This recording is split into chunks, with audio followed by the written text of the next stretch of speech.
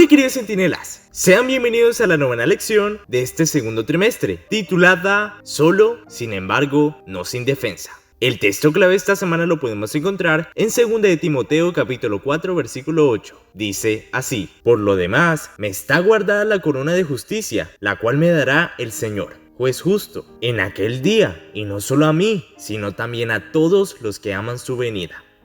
El apóstol Pablo había sido llevado para ser enjuiciado delante de Nerón, pero claro, sin tener ningún abogado que lo defendiera. No había nadie dispuesto a hablar en favor de Pablo, nadie para ampararlo. Algún día nos encontraremos en una situación en la cual tendremos que defender nuestras creencias. Probablemente en ese momento no tendremos a nadie a nuestro lado para defendernos. Tendremos que permanecer firmes por nosotros mismos. ¿Estás dispuesto a defender la verdad de la palabra de Dios, aun cuando signifique defenderla tú solo? Esta es la pregunta que todo cristiano tendrá que responder algún día. Muchos cristianos tienen que defender la verdad en su trabajo o en la escuela. Y llegará el día en que todos nosotros tendremos que comparecer ante el gran juez del universo. Sin embargo, ese día no tendremos que estar solos, pues en 1 de Juan capítulo 2 versículo 1 tenemos la promesa de que Jesús es nuestro abogado, y en Judas capítulo 1 versículo 24 podemos leer que Él es capaz de presentarnos perfectos delante del trono de Dios. Entonces, sabiendo que Cristo estará a tu lado para defenderte en aquel día, toma hoy la decisión de ser su testigo. Aun cuando tengas que defender la verdad tú solo, Él está con nosotros hoy y siempre.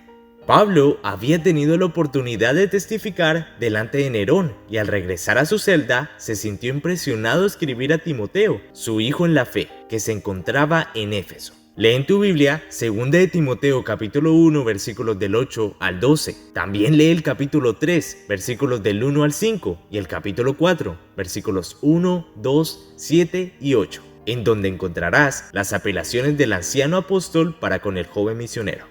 En el texto clave esta semana encontramos la declaración de Pablo que fue realizada después de que el apóstol comparó su vida con una carrera, en la cual él se consideraba vencedor. Había dicho: he peleado la buena batalla, he acabado la carrera, he guardado la fe. Y a partir de ese momento, a él le aguardaba su recompensa, la corona de la justicia. La consagración de Pablo como embajador de Cristo implicaba una vida de constante lucha con las fuerzas del mal, humanas o demoníacas. El apóstol usaba bien toda la armadura de Dios, mientras resistía valientemente las acechanzas del diablo, es decir, el tiempo de vida que Dios le había dado.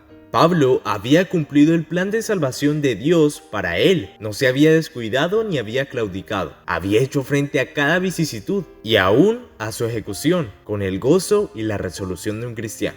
Aunque Pablo estaba siendo juzgado injustamente por jueces terrenales, confiaba en que Dios lo juzgaría con justicia. Pablo creía en el regreso de Jesús y entendía que Él le daría el más grande y más precioso presente, la vida eterna. El apóstol vivió con esa expectativa y entonces todo lo demás en la tierra había perdido su valor, contrastándolo con lo que estaba reservado para él en el cielo. ¿Y tú? ¿Estás viviendo de acuerdo con este mensaje? ¿Representa el regreso de Jesús el más grande deseo de tu corazón? El consejo de Pablo continúa siendo válido para todos nosotros hoy en día. Por tanto, de la manera en que habéis recibido al Señor Jesucristo, andad en Él, arraigados y sobreedificados en Él, confirmados en la fe, así como habéis sido enseñados, abundando en acciones de gracias.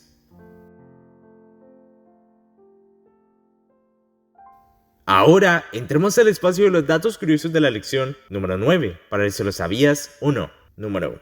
Pablo había sido acusado de traición y herejía. Tanto los judíos como los romanos lo habían acusado de incitar a las personas para que quemaran Roma. Número 2. En su carta a Timoteo, Pablo había pedido que el muchacho le trajera su capa, que había quedado en la casa de Carpo en Troas, y los libros, especialmente los pergaminos. La capa era para abrigarlo en la prisión, pues era fría y húmeda, y los libros serían útiles para que el apóstol continuara estudiando las verdades de Dios. Número 3. Nerón oyó el testimonio de Pablo y se sintió impresionado con sus palabras. Sin embargo, no tuvo el coraje de posicionarse del lado de la verdad. Desechó la oportunidad que el cielo le había concedido. El impío emperador condenó a Pablo a morir como un mártir. El apóstol fue decapitado. Número 4. Muy pocas personas fueron autorizadas para asistir a la ejecución de Pablo. Elena de White dice lo siguiente con respecto a este episodio. Pero aún los empedernidos soldados que lo escoltaban, al escuchar sus últimas palabras, se asombraron de ver la placidez y hasta el gozo de la víctima en presencia de la muerte. Para algunos de los circunstantes fue sabor de vida para vida el contemplar su martirio, su espíritu de perdón para con los verdugos y su inquebrantable confianza en Cristo hasta el último momento. Varios de ellos aceptaron al Salvador predicado por Pablo y no tardaron en sellar intrépidamente su fe con su sangre. Número 5. Después de una rebelión comandada por Galba, Nerón huyó de Roma de manera cobarde y vergonzosa, y cuando fue descubierto su escondite, se quitó la vida con la ayuda de un esclavo.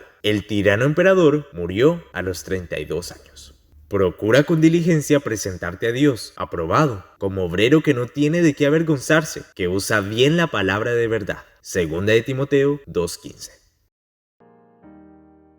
En el sistema de gobierno de los Estados Unidos de América, la ley federal autoriza la pena de muerte para más de 40 crímenes, incluyendo el asesinato premeditado, la traición y el asesinato relacionado con el secuestro de un avión, tráfico de drogas o violación de los derechos civiles. La mayoría de los estados también autoriza la pena de muerte para la violación de las leyes criminales. Los métodos de ejecución varían en cada uno de los estados. La mayoría de los estados que adoptan la pena de muerte ejecutan a sus infractores por medio de una inyección letal, es decir, la administración de sustancias fatales de acción rápida. Otros métodos que también son comunes incluyen la cámara de gas y la electrocución. Históricamente, en el mundo, muchas mujeres y muchos hombres de Dios han sido tratados como criminales comunes y fueron llevados a la muerte por predicar el evangelio de Cristo. ¿Qué va a suceder con ellos? Lee Apocalipsis capítulo 20, versículo 4 a fin de descubrirlo.